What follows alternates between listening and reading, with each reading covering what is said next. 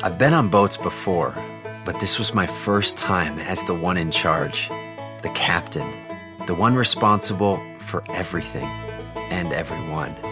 So I didn't leave it to chance. I watched the safety videos, made a checklist, fitted the life jackets, and packed every backup I could think of.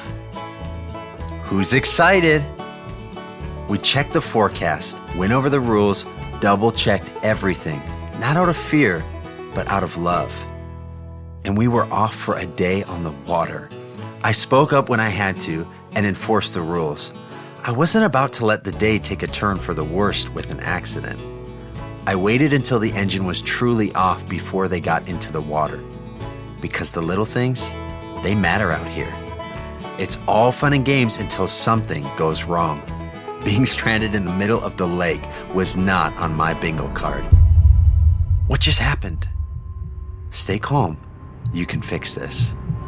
The kill switch. It must have come off when I turned around. Glad to know this thing works. A simple fix, but only because I knew what to look for.